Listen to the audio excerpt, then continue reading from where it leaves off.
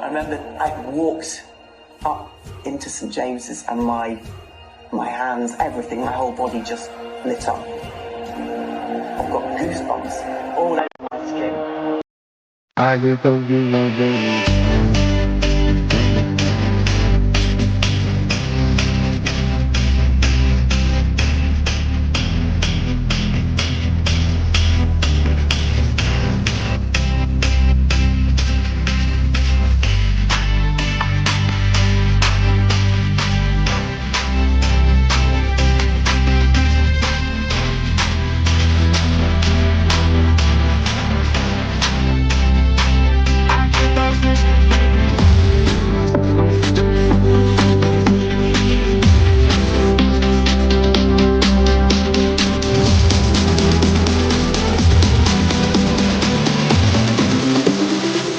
I get those goosebumps every time I'm around you. So mine, you make everything feel fine.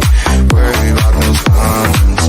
I'm way too numb, yeah. It's way too dumb, yeah. I get those goosebumps every time. I need the hype. Throw that. We're back again. Welcome everyone to Loaded Mag NUFC on this fine Monday evening. We're back. The Loaded Transfer Show is in full effect, and we have a fantastic guest to bring you to talk all things Newcastle United. But first of all, Daz, how are you this evening? How's things? Been a while. Yeah. I can't remember our last show. Thursday? Yeah, was it? I can't remember. Yeah. All the days blend into each other. Oh, yes, of course. Yes. How could I forget that? Yeah, that's the big one. Yeah, all good with me, Pete. All good with me. As we one day down in the week. But yeah, not looking forward to talking all things Newcastle and all things transfer related with Peter. And as we get back into it. Definitely. How about you? Not too bad. Just chopping down those days for the summer holiday. Nearly there. Yeah, we can then get into the summer and properly relax. And England semi-finals of the Euros. I was celebrating with the lads on Saturday. Wasn't pretty, but we got through. That's all that mattered. What was pretty is those penalties. Those penalties were very, very good. I'm not going to lie. And we live to fight another day. We have an old flame in the chat. He's back, Christopher Wood. Yeah. Chris Wood, old flame. Great. We get some characters. We've had ASM in the chat. Who else? We've had Grealish, Jack Grealish. So now Chris Wood. So nice. But you're not coming back, Chris. No.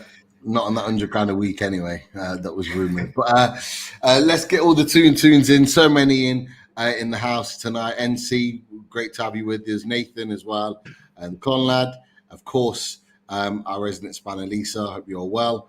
Munch is in the house. Jordan Team for Life. Rich, Claire G, Mike, N9 is here again. Mark Taylor. Is that the Arsenal fan, Mark Taylor? No, it's not. It's the Newcastle fan, Mark Taylor. Hope you are well. Jimmy's in the house. David, the Bearded Toon fan. Great stuff. Chris, Bill, Vulcan Mag, Anthony, and James. And I'm sure there's a few others. Well, yeah, James, Frederick. Familiar face. Chris Horn, hope you're well. Hope your Wi-Fi gets sorted. You're coming join us soon. And Nobby, great to have you all showing your tunes and supporting the channel. Welcome if you're on Twitter. Welcome if you're on YouTube. Don't forget to click those likes. But now we are going to get the main man out, and it's an absolute pleasure to welcome him back to Loaded Mag NUFC. I got mixed up. I thought it was January last time we had Pete on, but it was not. It was the summer. We have so many transfer shows that just kind of blur my mind. But it's a pleasure to welcome Footy Insider's own Pete O'Rourke. So let's bring him in. Welcome back, Pete. Hi, guys. How you doing? Not too bad. Great to have you on, Pete. We're not bad at all. How are you, more importantly? And how's your summer been so far? Busy, not so? Are you preparing for the worst to come?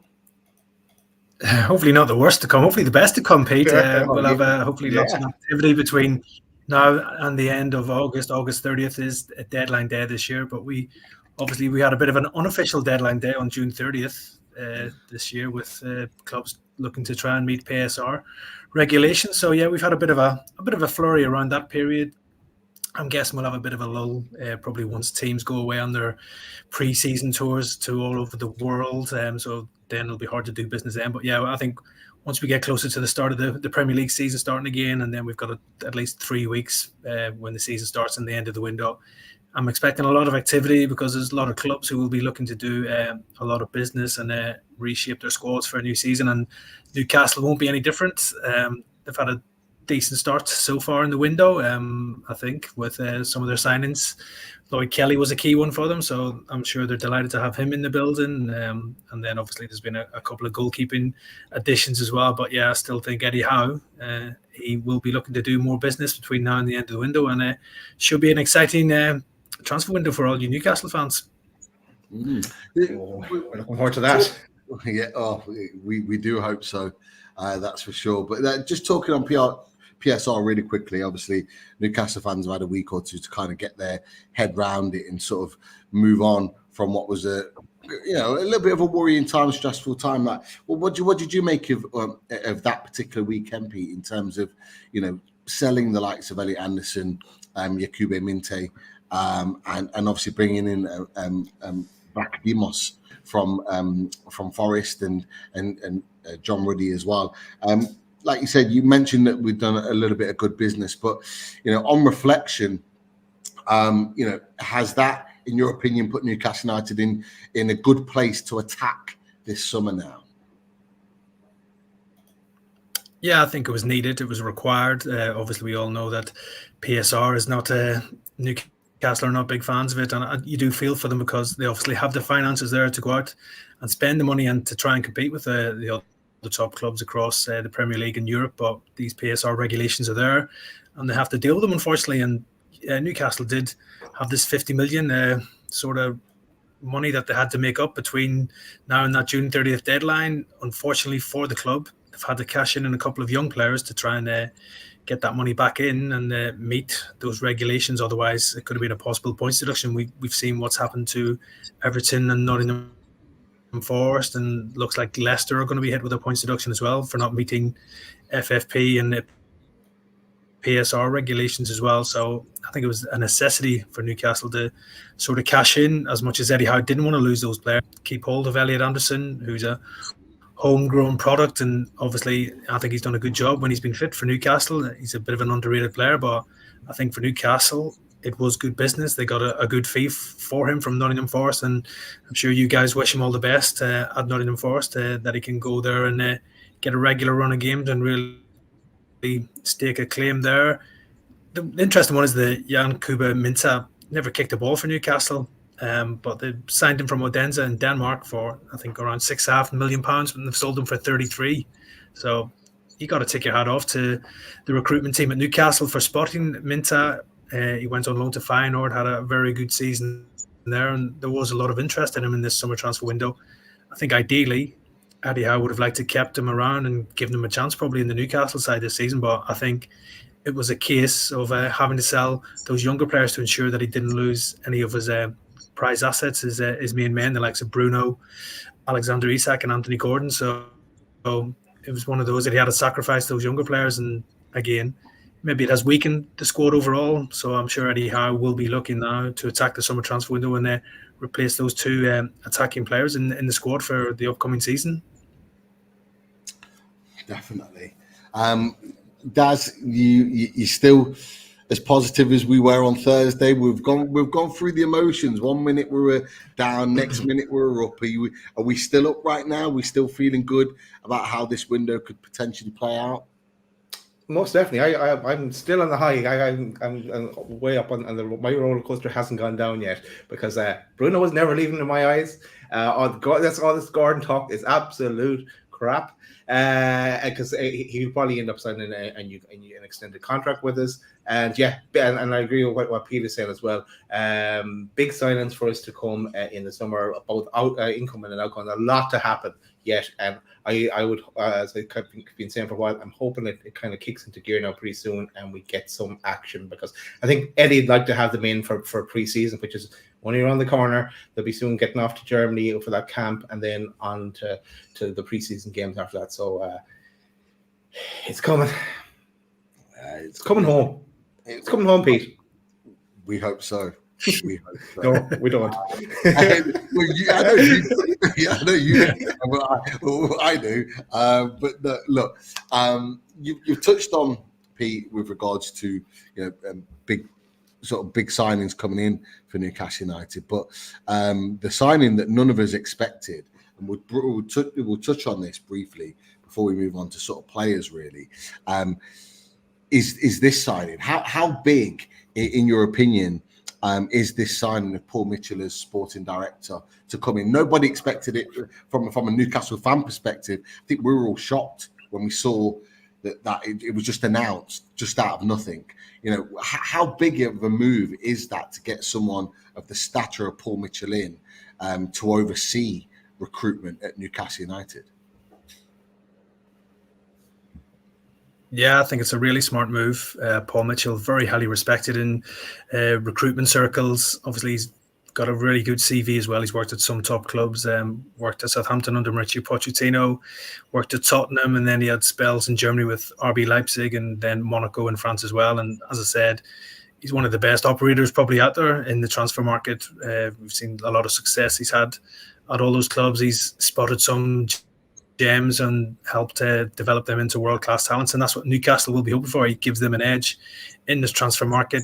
It obviously was a blow to lose Dan Ashworth, but it all got a bit messy with the whole situation with Manchester United, and I think Newcastle feel they got a good deal out of that, with Manchester United paying a hefty compensation fee for his move to Old Trafford, and now they've got Paul Mitchell in, and it's all systems go for Newcastle. Steve Nixon in that sort of meantime, while Dan Ashworth was on gardening leave, he was taking up a lot of responsibility and everything else, and was very hands-on. So I'm sure he'll be delighted to see Paul Mitchell come in as well, as will Eddie Howe. I'm sure those two will be able to work together, and will get their heads together to try and find the best players for Newcastle in this transfer market and further transfer markets in the future as well, because I think Paul Mitchell very much is a man, not just for now, he's for the future as well, and he will be given a license by the Newcastle owners to go out there and sort of find the best players available for Newcastle United. And I think it only helped them go from strength to strength on the recruitment side. And if Paul Mitchell has as much success as he's had at previous clubs, it can only be a positive sign for Newcastle. So really smart addition to the club. Obviously, they moved really quickly. As soon as Dan Ashworth was agreed with Manchester United, Paul Mitchell was soon in the helm at Newcastle as well. So obviously a deal was lined up. They had looked at some other potential candidates as well. Dougie Friedman from Crystal Palace was one target, and Johannes Spores as well from 7-7 Partners as well. But I think Paul Mitchell, he's got Premier League experience from his time with Southampton and Newcastle, and he's obviously got European experience as well. So yeah, I think he'll be a great fit for Newcastle, and yeah, I think positive signs ahead for the club that they will get things right in the transfer market under his stewardship. Definitely. Daz, I wanted to just ask you this really, just because there was an interesting piece that came out. I think we might have briefly touched on it, but it came out, I think, after the show that we did, and it was Martin Hardy talking about Dan Ashworth and saying that, not just Dan Ashworth, but Paul Mitchell coming in. Dan Ashworth previously, there was rumours to say that his influence on things at the club was minimal, or as minimal compared to what he wanted to have control of. Whereas Paul Mitchell has apparently been given more license in recruitment and sort of taking charge of certain situations. Was that potentially the kicker in making that deal happen? And how much, in your opinion, how much influence is it going to have? Because we've talked about it before. There has been rumours, plenty of journalists that report on Newcastle have mentioned about Eddie Howe, sort of taking control of that situation. Is he releasing some of that to allow someone of the stature of Paul Mitchell coming in? Well, what are your thoughts on that, Daz? It is interesting. Of course, we don't know. Is the question, the answer? But because there was talk that they originally went to Mitchell, and that he was kind of a bit more hands off taking the role because he wasn't getting what he wanted, the control he wanted. So, but then. And maybe they then looked at Dougie Freeman, or maybe they didn't, or maybe there was just discussions. Maybe they didn't actually offer. So who knows? But it does look like they've gone back to him anyway, and are going to give him more of what he's looking for. And then, as you're asking the question, how is that going to suit Eddie Howe? Because Eddie Howe, he's going to have the final say on transfers no matter what, because he's the manager. It's his job to pick the team and play who he wants. So it'll be ridiculous bringing in someone over his head, like the Mike Ashley days and Kevin Keegan, of course. But so it will be interesting. And so I think Peter alluded to it as well, that maybe he's been in place for a little bit of time before with the actual announcement. So what plans that I'm sure there's plans before he came, and there's plans now he has come, and they'll probably have to balance the books there and see what's the approach they're going to go for. So that's probably happened at the moment, or happened in the last couple of days, and now it'll be full steam ahead going after those targets. You would imagine. Definitely. Well, there's rumours that he's going to be in the Northeast this week. So, that would fall in line with him settling in. And I believe, I could be wrong here, but I believe the players are back in preseason next week. So, we could potentially see movement if he comes in early enough. For all we know, he could be already in the Northeast. We don't know. But if he comes in, uses this week to settle in, obviously home and finding somewhere to stay, whether it's hotel, whether it's rented accommodation, all that sort of stuff, getting to grips with the area and then kicking into gear after that. Peter, I just want to ask you before we move on from that, in your opinion with regards to Paul Mitchell, he's proven to have done it previously with the likes of going from Southampton to Spurs, with the likes of Alderweireld. When he moved from on loan to Southampton, he brought him then over to Tottenham. So he's proved that he can bring players or keeps those connections from previously.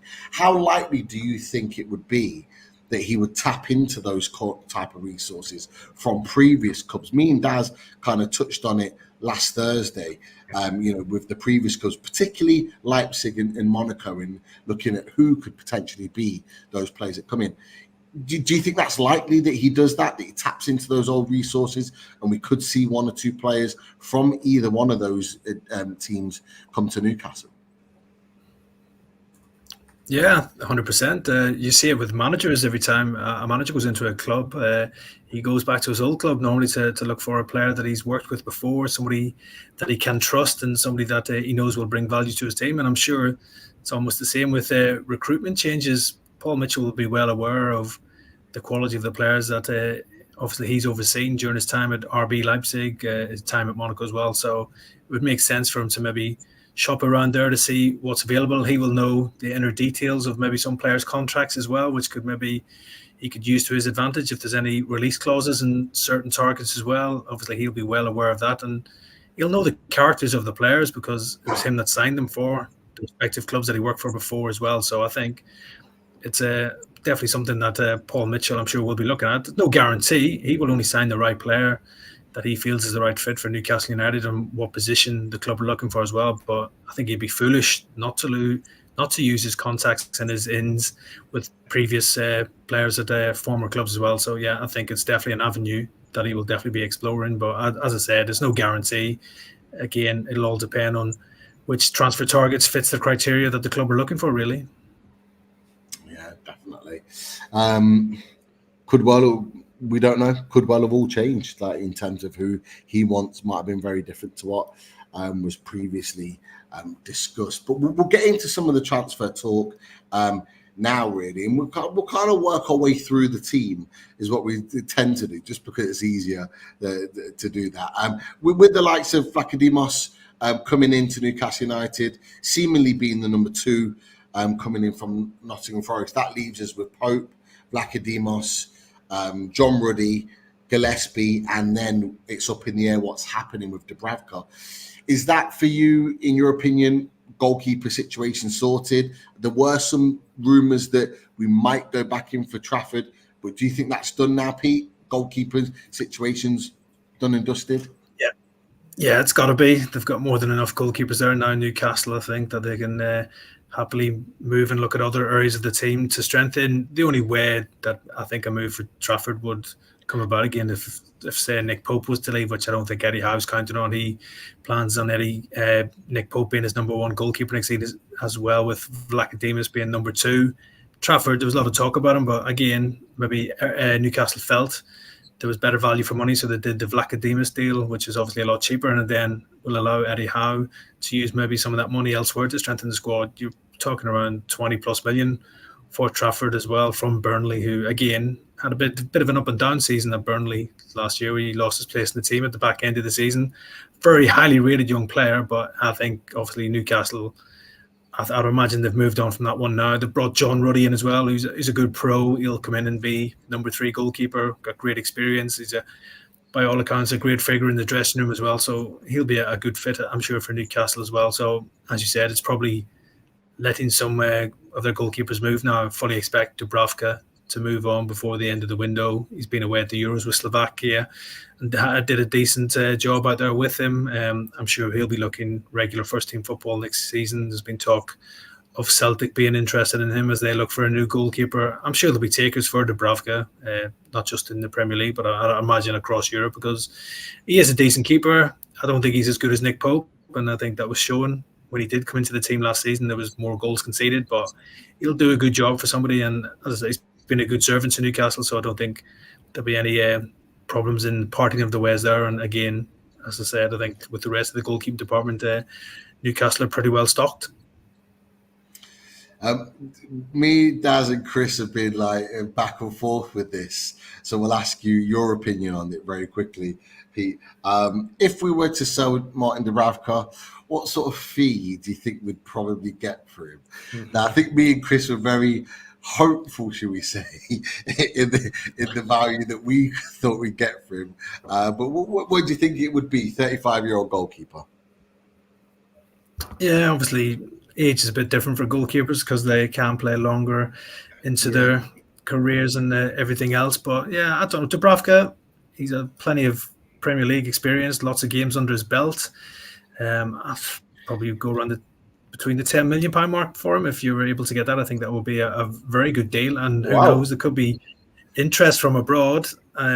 Saudi Pro League are looking at a lot of goalkeepers right now as well, so I wouldn't rule anything out for that potentially being an avenue that might be explored for Dubravka. They're looking at several goalkeepers right now across Europe, and I'm sure Dubravka's name has come up in probably discussions for them as well. So I think if Newcastle can get a decent fee for him, I think they'll cash in and wish Martin Dubravka all the best. Well, I think we'd certainly take that. I know Chris has put in the chat, we said 8 million. That was actually for Fraser. We said 8 million for Fraser. Now, I don't know whether we'll get that or not, but I think we said 5 for Dubravka, so we'd certainly take that. But Daz, one thing that Pete's just mentioned that we didn't really talk about with Martin Dubravka is the Saudi Pro League. Now, the Saudi Pro League, if he does go there, could 10 million be a realistic option for him? I don't know. Well, there's talk of Edison originally going to Saudi for 30 million. Now it's up to 50 million. So yeah, did Dubravka 10 million to Saudi? Yes, but in reality, in everywhere else, I don't know. I think if he got 4 million for him, myself, but I snap your hand off, and we'd be sorry to let him through our fingers, but we'd let him go for your 10 million, Pete. No hassle whatsoever. Definitely. But no, it does look pretty obvious that he is going to be leaving the club very, very soon. So it'll be interesting to see how that materializes. I think Daryl, a friend of the channel, put a question in the chat about this man that we're going to go to next. I don't know if you managed to capture it, Daz, but we're going to talk about Jamal Lewis. Jamal Lewis, everyone's saying what's the situation with with Jamal Lewis. Nobody really knows. Well, there has been a bit of an update today in one of the pieces that was out. It says that Lewis has returned to Newcastle after Watford turned down the chance to sign him on a permanent deal. I don't think any Newcastle United fan knows what's going to happen next, but can you see another Premier League team coming in for Jamal Lewis? He's had a bit of a stop-start season at Watford, hasn't really pulled up many trees, just not hit his potential, Pete. What are you hearing anything? What are your opinions on Jamal Lewis? Yeah, not hearing much on him, I'll be honest. As you said, didn't have the best loan at Watford last season as well. I don't think he'll be figuring in Eddie Howe's plans going forward, that's for certain. So I'd imagine Newcastle will look to sell him on. If not, there might have to be a loan deal late in the window, and I'm sure there will be clubs in the EFL and elsewhere maybe looking for left backs because there's not normally many on the market in this summer transfer window as well. Again, Jamal Lewis, 1 year left on his contract. Don't think Newcastle can be commanding a big fee for him because he hasn't played enough football over the last few years as well, which is disappointing for him. But for Newcastle, I think really it's now time to move on from him, try and get some money in if they possibly can, and free up space in the squad as well, because they don't want Jamal Lewis sat there just in the squad not playing, because his value will go down even more and he could potentially leave on a free transfer next summer as well. So yeah, I don't see many takers in the Premier League for Jamal Lewis, and that's going to be the problem that Newcastle find themselves, because clubs in the EFL won't have big revenues to go out and give Newcastle a decent fee for his services either. So as I said, it could potentially be another loan move for him if he doesn't generate too much interest between now and August time. Is it looking like another loan? As Pete's mentioned, not played a lot of football recently to justify the kind of fee that we'd maybe want for him. Is this going to be another situation like Hayden and Hendrick, where we're just going to be loaning him out until this contract runs out? I believe he's got 2 years left. Yeah, I kind of actually forgot about him, to tell you the truth. I know we talked about him in the squad game when we did that, but I totally forgot about him. I was more concentrating on getting Richie and doing it off the books, and Target as well is another one to throw on there as someone I would like. I know it's a different situation, but I wouldn't mind seeing him move on as well. But Jamal Lewis, yeah, it's going to be hard to move him on, and I think Gary Vee said it here about the wages as well. They're going to make him difficult to sell, and he came with such high promise as well. The 15 million we paid for him from Norwich at the time, and Liverpool were after him as well at that stage. They wouldn't just go to the 15. I think they went to as far as 12 or something at the time, but. It was worked out, and Northern Ireland International. It's pity for him, to tell you the truth. But yeah, probably loan moves. Yeah, it's and this is the frustration: is that they're the players that we want to get rid of, and we want to try and get a fee to recoup some money in. We almost need them to have good loan spells, and they've just not done well at all. And that's the kind of thing, with Hazek, with Hendrick, with Jamal Lewis. They're the three where. I mean, Hendrick's gone now. Hayden's got another year left on his contract. I think Jamal Lewis has got 2. You just need them to be playing well to justify us getting a decent fee. It just screams to me another loan. Not one we've got on here, but what is your opinion, Pete, on Matt Targett? Because Matt Targett's another one in a left back situation where he's had a bad injury, had his hamstring injury, he's come back, then he's done his ankle, and he's been out for a huge period of time. Is he one where you think Newcastle will bring him back in and he'll be sort of like a third choice left back, or do you think Newcastle need to get rid of him and move him on as well? Again, difficult to move these players on when they haven't played a lot of football in recent times. Been very unlucky with injuries for me, Matt Targett. I think when he first arrived at Newcastle, he was a real mainstay under Eddie Howe. I think a big fans' favourite as well. So, yeah, obviously it's not worked out for him probably in the last 18 months or so. But I believe Eddie Howe still is a big fan of Matt Targett. Would ideally like to keep him in his squad. He's seen 2 left backs depart already this summer with Dummett and Matt Ritchie both leaving the club after being long servants. So I don't think he's in any rush to move Matt Targett on. And the key for Matt Targett probably right now is to have a good pre-season under his belt, work on his fitness, get some game time as well. And as I said, the other scenario that you have to think about with some of these players as well is the homegrown quota. What target fits that as well? And you need 8 players in your 25-man Premier League squad to be homegrown. So, as I said, you have to take that in consideration as well. You don't want to let too many of your homegrown players go. And Newcastle have seen 2 go already in Dummett and Matt Ritchie. So, again, you have to keep some of these players in your squad. And I'm sure if Matt Targett can regain his fitness, he could prove to be a good squad player for Newcastle. Left back is a bit of an issue for Newcastle. Dan Burns been playing there for the last season and a bit and has done a really good job there. But I know Newcastle fans feel that they're lacking something maybe going forward with Dan Burn playing at left back, where maybe he sees himself as a centre back as well. We saw some promising signs from Lewis Hall at the back end of this season as well, and obviously his move has now been made permanent from Chelsea as well. So he's a good young player as well, so he can step into that left back role or play further forward into midfield as well. But yeah, I think Matt Targett, I wouldn't write him off just yet, lads. I think he still has something to offer as long as he can regain fitness, and I'd imagine Eddie Howe wants to keep him around there. Yeah, definitely. We'll look at the centre-back situation. It's continuing on. We clearly need a centre-back. Sven Botman, albeit he's back on his feet, doing a little bit of work, training work. It's very, very light. It's still going to be a while yet until we see him wearing the black and white. But it's clear we need a centre-back coming in. And we've been linked with so many different centre-backs over just a short period of time in the summer.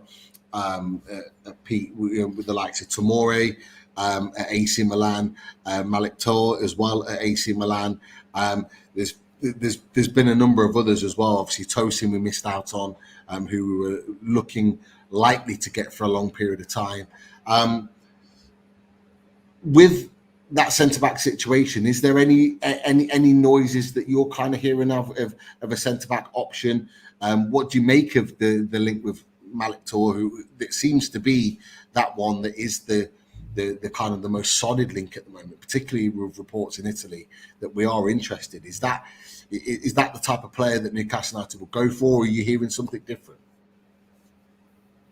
Yeah, it's definitely a priority position for Eddie Howe and the recruitment team between now and the close of the window. They were always looking to sign 2 centre-backs in this transfer window. They've got Lloyd Kelly done, so now they're looking to bring in another one with Botman's injury and also Jamal Lascelles injured as well. So they want cover for the likes of Fabian Schär and everything else.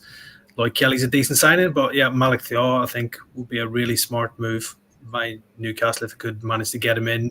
Very talented young player, got good experience already as well. Came from Schalke in Germany, went over to Milan, has done a decent job there as well.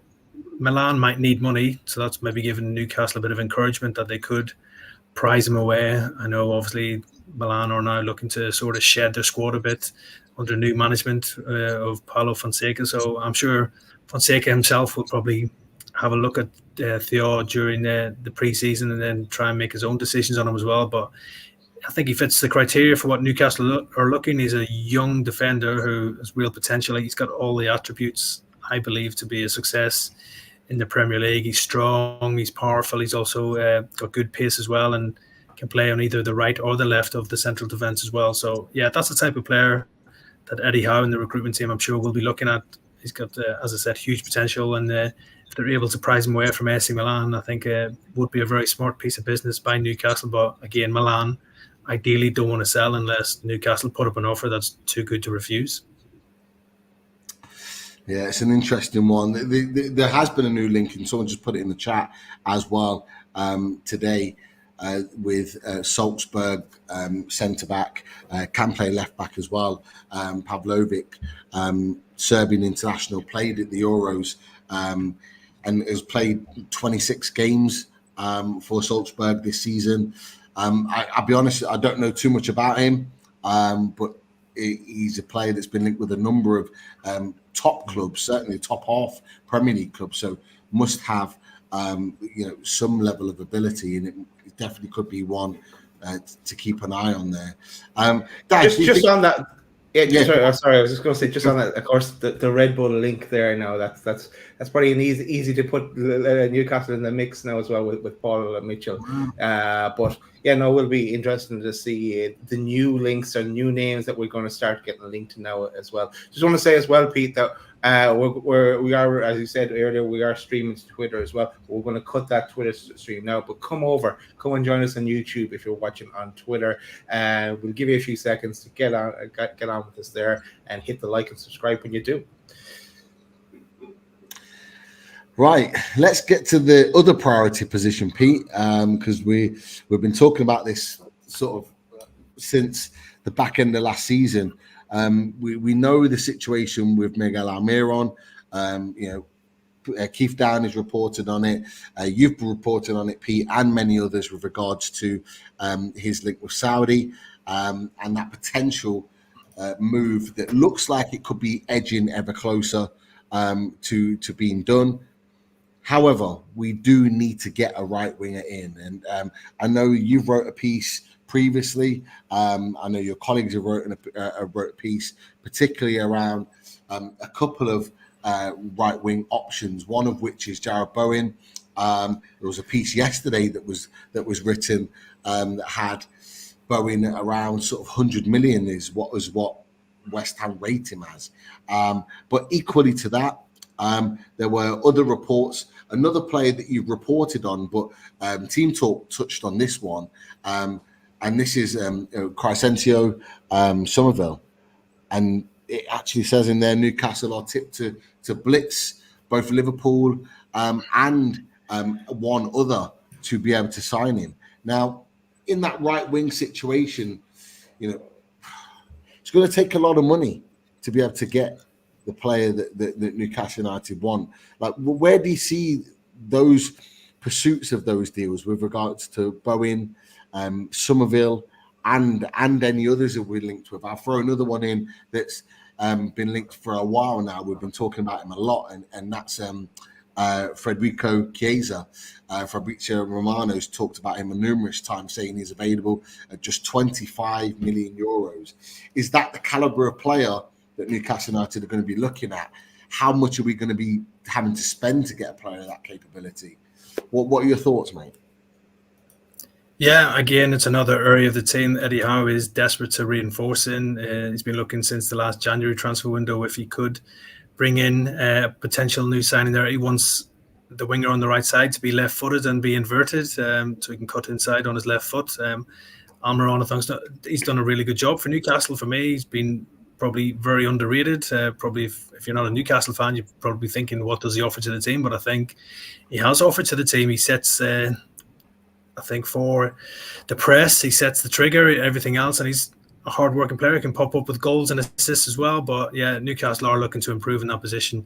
Jared Bowen would be a dream signing for Newcastle. He's everything that Eddie Howe likes in a player. Scores goals, assists goals, got a great work ethic as well, and has pace to get in behind as well. But highly unlikely that they would be able to price him away from West Ham United. They don't want to lose him. They've got their own concerns, maybe losing Lucas Paquetá to a ban, so they'll definitely not want to lose Jared Bowen. And my understanding is that Jared Bowen is happy at West Ham United as well, so I think that's highly unlikely. Somerville again, it'd be an interesting one to see what happens with Somerville. I think he probably will try and secure a move away from Leeds United this summer following their failure to win promotion back to the Premier League. But again, he's a different type of player. He plays on the left wing mainly for Leeds, and again cuts in on his right foot. So I'm not sure that's the type of player that Eddie Howe is looking to play on the right side of his midfield as well. But top young player, Championship Player of the Year, so it's no surprise that I'm sure he's on that list at Newcastle. You have also mentioned Chiesa. Again, he could be a real steal this summer for a number of clubs if Juventus are willing to sell him.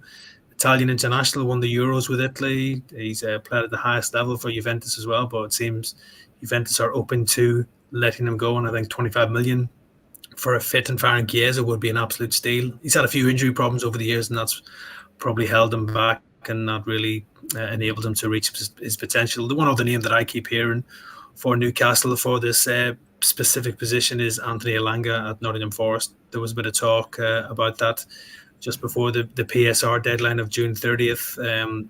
I believe Eddie Howe is a big fan of the Sweden international. Could maybe link up with his Sweden teammate Alexander Isak at St James's Park as well. So again, I think he had a couple of good games against Newcastle last season, especially the one at St James's Park. I think he set up 2 of the goals in that shock victory. But yeah, he had a very good spell at Nottingham Forest. Again, he offers something different. He's direct and he's got real pace to hurt teams as well. So I think keep an eye on that one. That's one that I think that Newcastle could maybe pursue between now and the close of the window. And again, is definitely more attainable than the likes of your Jarrett Bowen. You could probably get Anthony Elanga for around the £40 million mark or something like that. So I think he probably is high up in that list of Newcastle targets. Would you say, in your opinion, Pete, like obviously you talked about Elanga and that link, and you're right, that link was very, very heavy, particularly with the Elliot Anderson deal at one point. Do you think Newcastle fans would potentially see that as an underwhelming signing, having been, Toon took the words out of my mouth. Would they be wrong in seeing it as an underwhelming signing? Is the question that I'm asking. Yeah, I think you have to give him a chance if Newcastle want to pursue a move for Anthony Elanga. Obviously, the recruitment team and Eddie Howe see enough in him. I think he did okay at Nottingham Forest. Going to a better side, you'll probably see even more from Anthony Elanga as well. He has got some real tools that can hurt defences for me. He's got pace, he's direct, and that's 2 of the things that Eddie Howe wants from his wide men. He wants that pace where they can hit teams on the break as well, and Elanga definitely has that in his locker. Probably needs maybe a bit more end product to his game, maybe more goals and more assists. But I'm sure if Newcastle were to sign him, working with Eddie Howe, you probably would see an improvement in Anthony Elanga as well. And I'm sure the player himself, he's come from Manchester United, so he's got a good CV. Never really had a look in at Manchester United, and that's why he's moved to Nottingham Forest in search of regular first-team football. So, as I said, it might not be everybody's cup of tea, but again, I think he's probably one of the more attainable targets and won't cost a king's ransom either if Newcastle do firm their interest with a bid. And I think in the right team, he's still at a young age. He's got real potential that he could kick on again, and he probably would suit the style of football that Newcastle play.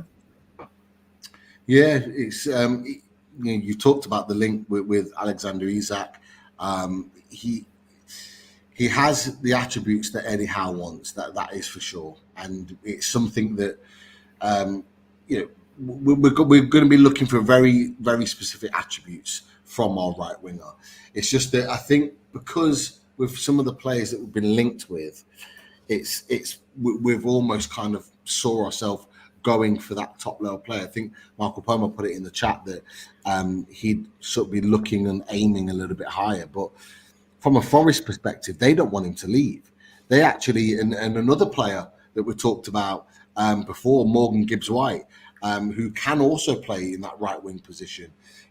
Out of the 2, speaking to some Forest fans, they actually would prefer Elanga to stay. Daz, what do you make of that Elanga link and potential if he was the guy to be brought in? Would you see it as underwhelming, or would you see it as what Pete said is, Eddie Howe working with him and developing him? Okay, two sides to my answer here. One, I'd agree with what Chris had said in the chat, and a few more, is that he's rapid pace, and that we did see when he played against us, he destroyed us on that particular day.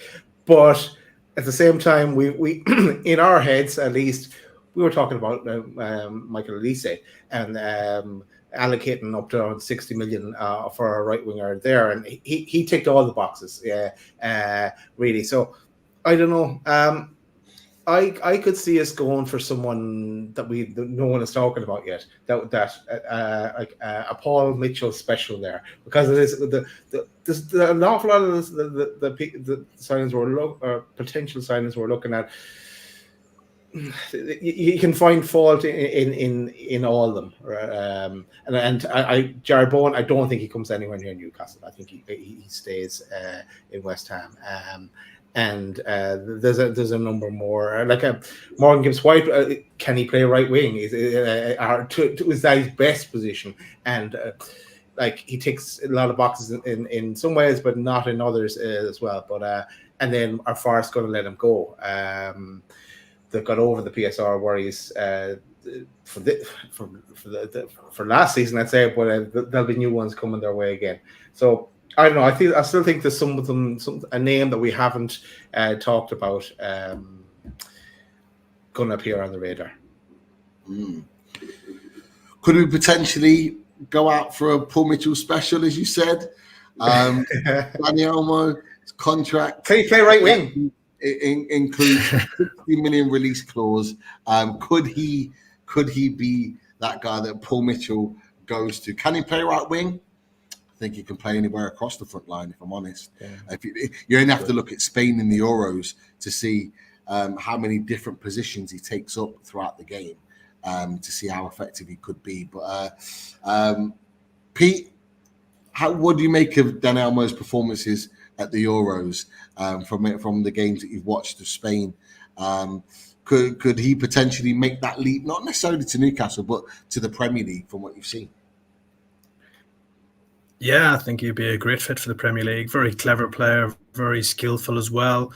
We saw with his goal against Germany the other night in the quarterfinals for Spain.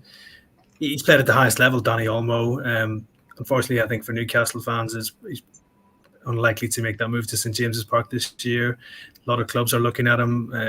I wouldn't be surprised if Manchester City have got him on their list. I know Barcelona are very keen on him as well, but whether they can afford a deal, who knows? Nobody knows what's going on with Barcelona and their finances, but they somehow find money from somewhere to try and do some of these deals as well. But yeah, Danny Olmo is a top player. Again, it's good that Newcastle are in the mix for these players if they are, but I think they'll probably come out disappointed in this one, because I think Danny Olmo will probably be looking at other options in this transfer window. And again, he's got that 60 million euro release clause. I think if one of the clubs that really want to get him, they'll put their money down and try and get this deal done as soon as the Euros are over. And I'm sure Olmo himself probably would love that opportunity to go back to Spain and play with Barcelona if they can get a deal agreed with Leipzig. Yeah, definitely. It's okay to dream now and again, Pete. Nothing wrong with that. But yeah, he is a tremendous talent. And like you said, Man City have been linked with him for a while, and it wouldn't surprise me at all if they were to sort of move on Bernardo Silva and bring him in as a natural replacement. I think that would probably be ideal for them, but we'll wait and see. Before we come to some questions, another one, I think you wrote a piece on him before, and continues to be linked with the move away, and it is Callum Wilson. Talks with Saudi, West Ham were linked earlier on in the window. It was looking like a few weeks ago that Callum Wilson was odds on to leave, but recently the links have kind of died down a little bit. What can you tell us about the situation with Callum Wilson? Obviously, it was linked with potentially Dominic Calvert-Lewin coming in, who is Daz is a huge fan of, or maybe not. No. But that deal is gone quiet because the PSR window is gone. What do you make of Newcastle United's striker situation? Can you see Wilson leaving, and if not Dominic Calvert-Lewin, who do you think could be an option for Newcastle United to bring in? I think it's an area of the team they definitely need to strengthen in. There's no doubts about that. Obviously, they were hurt a bit last season when Isak was out injured. Callum Wilson was injured as well, so they had to sort of play Anthony Gordon sometimes as a number 9. That's not his ideal position. He did a decent enough job, but when you're missing people like Isak and Wilson, that's guaranteed goals missing from your side, and that did hurt Newcastle last season. For me, Callum Wilson, again, I think he's underrated for me. Scores goals. He's got a great goal-scoring record. If he didn't have those injury problems, you'd be talking about him as one of the best strikers in the Premier League, because his goal-scoring rate is right up there with the best. As you said, maybe he was going to be sacrificed as part of this PSR deadline on June 30th, but that has now passed, and Newcastle did move on other players. I think ideally Eddie Howe would like to keep Callum Wilson. He's a big fan of him. He's worked with him previously at Bournemouth as well. I think it would take a big fee now for Newcastle to consider selling him. They don't want to leave themselves short. If they were to lose Callum Wilson, they've got to have a replacement lined up, because they can't go into next season just with Alex Isak, because as we saw last season, he's had a few injury problems as well. So I think it's from what I'm hearing, ideally Eddie would like to keep Isak and Wilson and bring in a younger striker to work under them and learn their trade, and then maybe in the future step up to be a regular starter in the team as well.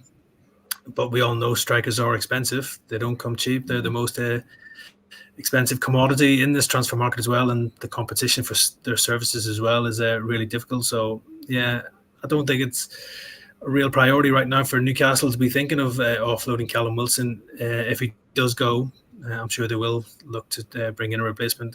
Calvert-Lewin again, although the interest has cooled, I don't think it's gone totally away. His situation as Everton is very much up in the air. He is into the final year of his contract at the club, and Everton will be doing everything they can to keep him. But if he's not going to sign a new deal, they will definitely be open to offers for him before the end of the window, and that might just open up a window for Newcastle to try and land somebody like a Calvert-Lewin for a relatively small price. Pete, do you think that the talk is that the Wilson saga will come to a conclusion in the next couple of days? Could you see him going to to like a West Ham or a Premier League club, or could you see him going Saudi? Where do you think he would venture? Yeah, I think there'll be a lot of tickets for him in the Saudi Pro League. As I said, he's a goal scorer, and I'm sure if it's money-changing money or life-changing money, I think it's definitely something that Callum Wilson will definitely consider to move on to go and play there and everything else. He's not getting any younger. I don't see West Ham coming in from and making Callum Wilson their big number 9 signing for this transfer window. They're looking at a host of targets as well. But as I said, I think if Newcastle are willing to let Wilson move on, there will definitely be takers in the Premier League. Maybe not at the top end, but as I said, he's a consistent goal scorer. But the main thing for Newcastle right now is they don't want to leave themselves short. If they're going to let Callum Wilson go, they've got to have somebody lined up, because they don't want to be going into the start of the season and having Callum Wilson moved on and just having Alex Isak up front, because I'm sure Eddie Howe doesn't want to be even considering that, because they had so many injury problems last year. It's the last thing he wants to even consider. Yeah, for me, I think if Newcastle want him to go, they'll probably want him to send him to Saudi, and they'll be able to maximise the fee for him over there in comparison to the Premier League. And I think maybe the fans would feel the same. I don't think the fans would be too comfortable Callum Wilson coming up against Newcastle in the Premier League, because, like you said, he's a goal scorer. He knows how to score goals. He's done it since he's been at Newcastle. He did it at Bournemouth. He's done it, that got him the recognition for England. He'll continue to do it as long as he's fit. So I think it's a little bit like Alan St-Maximin, so out of sight, out of mind. And being in the Saudi Pro League definitely allows you to be there. But another player that's mentioned, and we touched on him on Thursday very briefly when we looked at previous Paul Mitchell clubs, and it's Breel Mbolo, Switzerland. He scored at the weekend against England.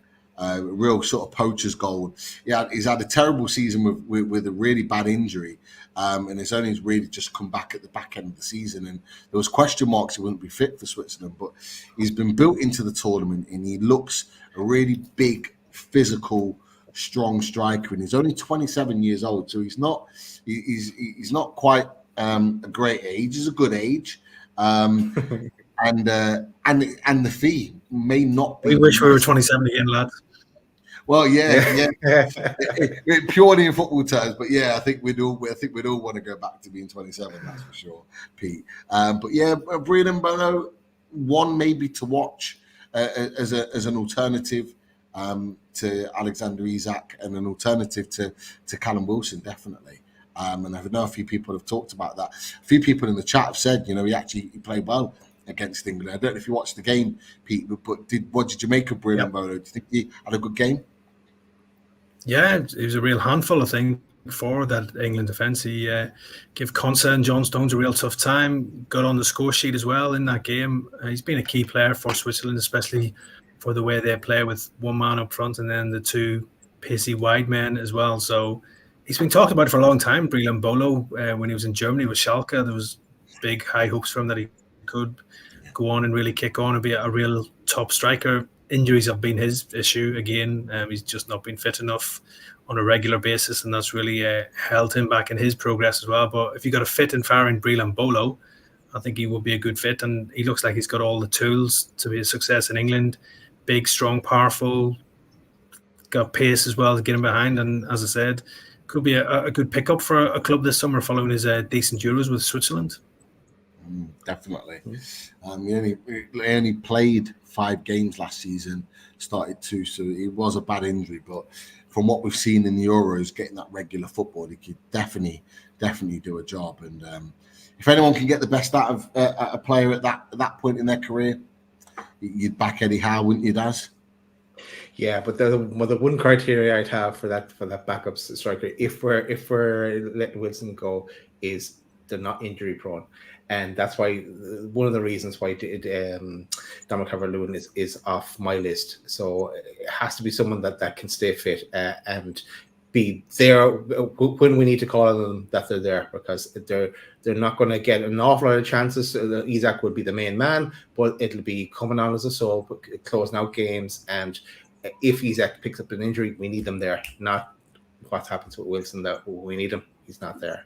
So keep shopping for me. Keep shopping. And that again, Paul. I'm expecting a lot from Paul Mitchell. A Paul Mitchell special all around. Yeah, definitely. A few questions before we let Pete go. Sure, let's go. Where to start?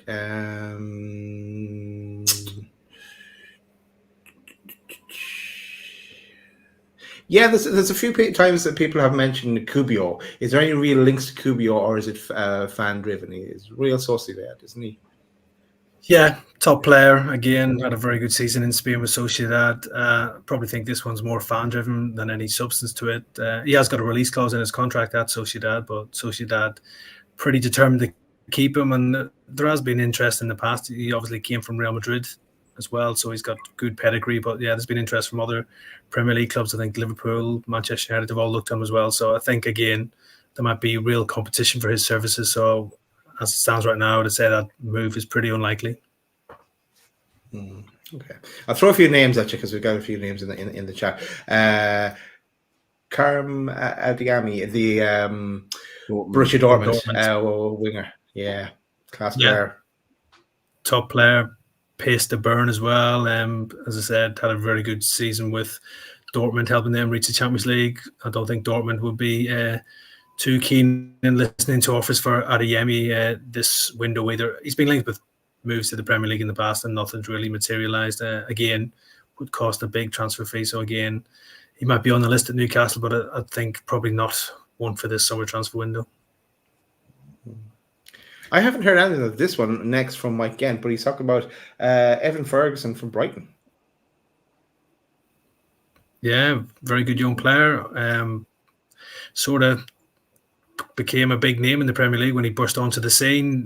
Had a bit of a difficult time at the back end of last season, was struggling for game time under Roberto De Zerbi. So it'll be interesting to see how he gets on under the new management of Brighton.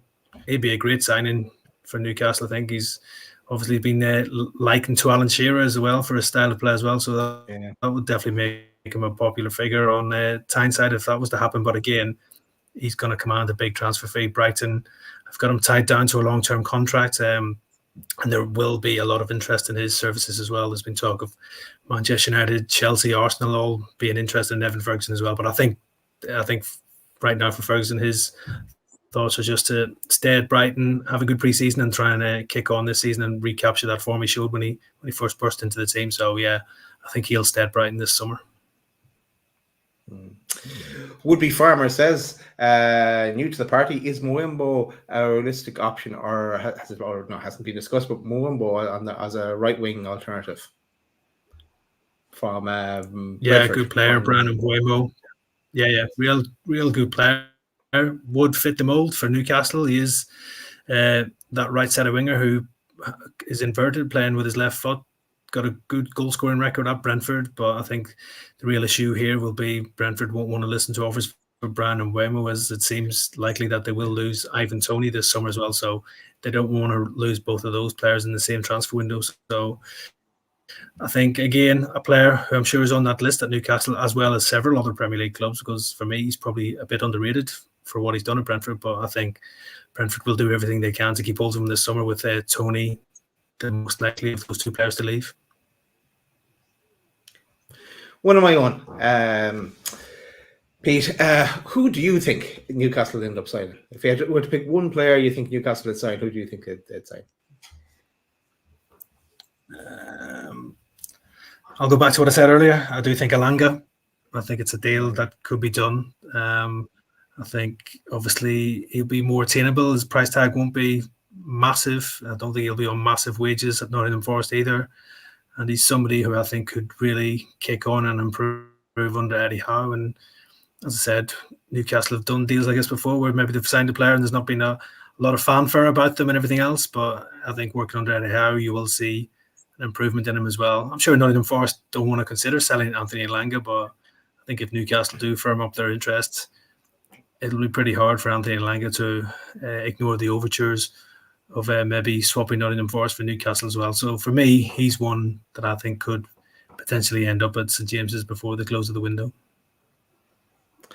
Craig Lee, yes, was Neto at the Euros with Portugal? Yes, he was. He's still he was with them. But how about Neto? Will Newcastle get another speed merchant like Elanga? Could Newcastle get involved in the bidding war that may ensue there? There's talks of 60 million for Neto.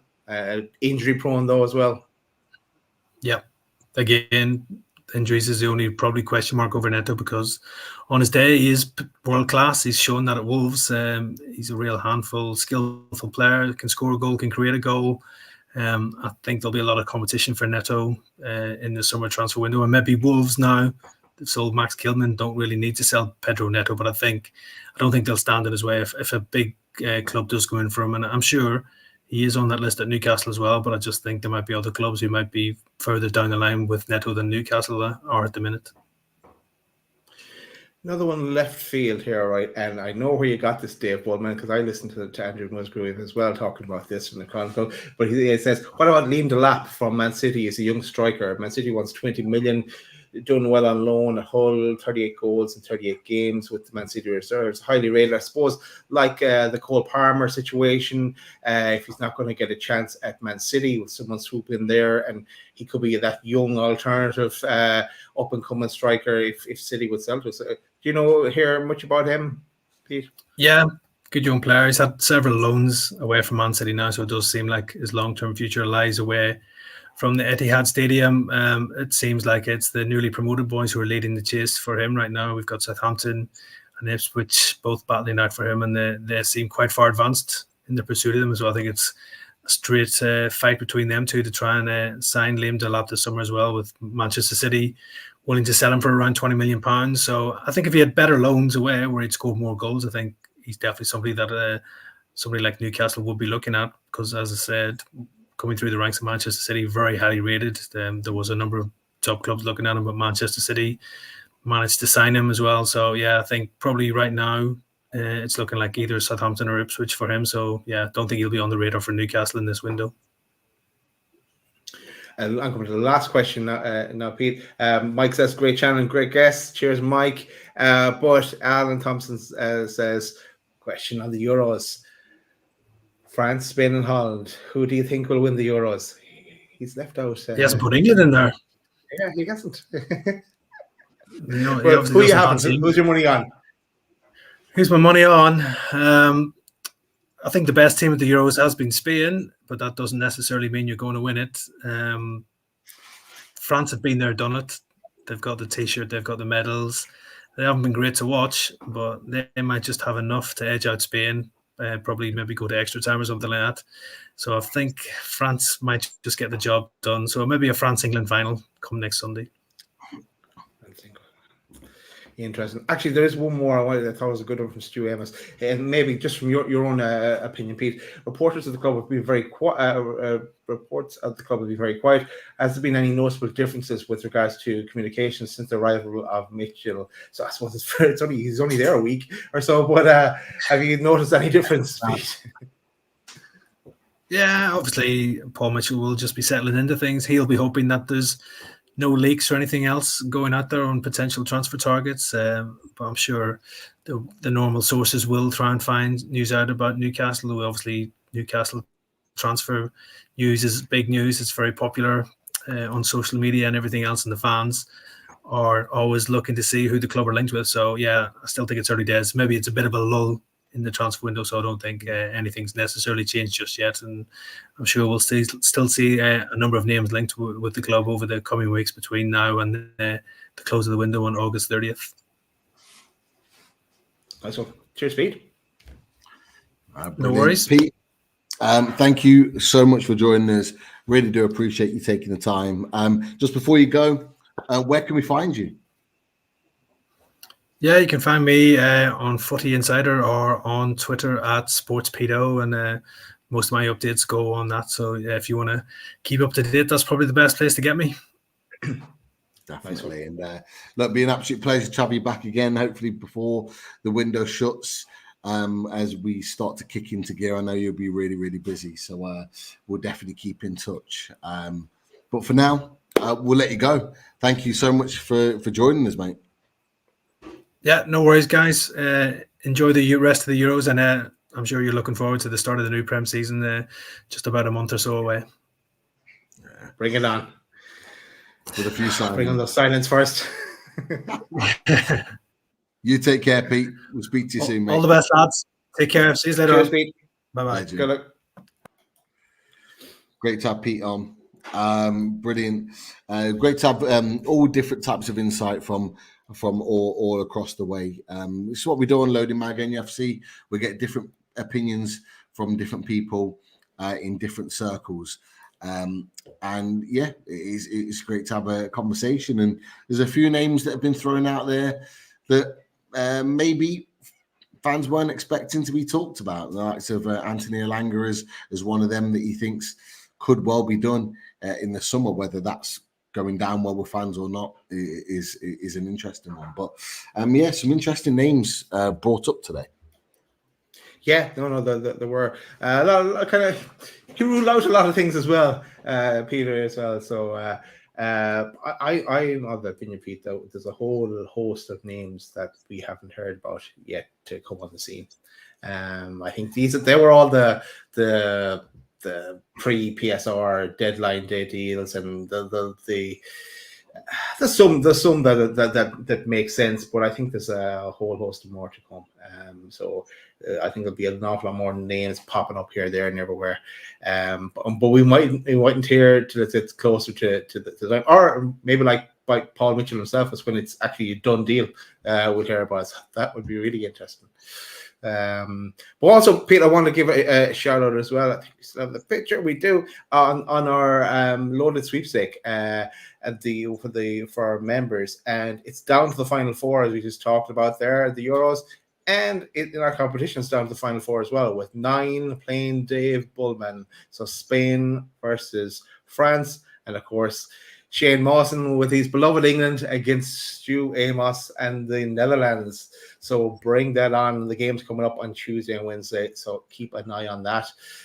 We'll all be keeping an eye on the games, but keep an eye on who's victorious here as well in the loaded sweepstakes. So nice to see that going on in the background. Going to give a shout out as well to some of our sponsors. Let's give a shout out to the Radiator Shed.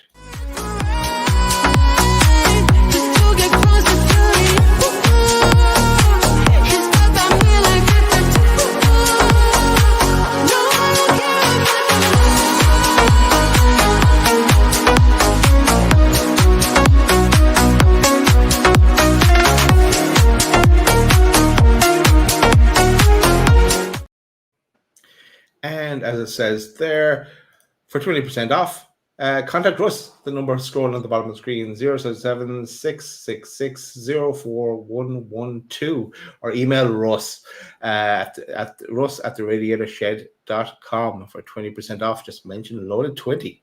And also shout out to our other sponsor in the shape of Manscaped. And for 20% off and free shipping, use the code Loaded 20 at checkout. And across the range, you'll get 20% off anything from Manscaped. What's the plan next, Pete? No, that's it. That's it. All the transfer news that we have so far. Look, I'm sure it will move and develop as we move along into the week and definitely into next week as well. As we properly kick in pre-season, boys back into training, and things will definitely start to heat up. That's for sure. But yeah, that is it for tonight. Massive thanks everyone joining us, firstly on Twitter and on YouTube. Thank you for those that came over from Twitter to YouTube. Just make sure you click that like on the way out. And if you're new to the channel, please consider subscribing. And just a reminder as well, make sure you just click that notification bell. So whenever a show is about to go live, you will get that notification, and it means that you'll know when loaded are about to go. So thank you for your support. That'll be very important when it comes to those breaking news silence, because we are ready to go. Once Chris is lined up with the broadband as well, we're ready to go. But yeah, that's it, I guess. How'd you like that? Good night, everyone. How you like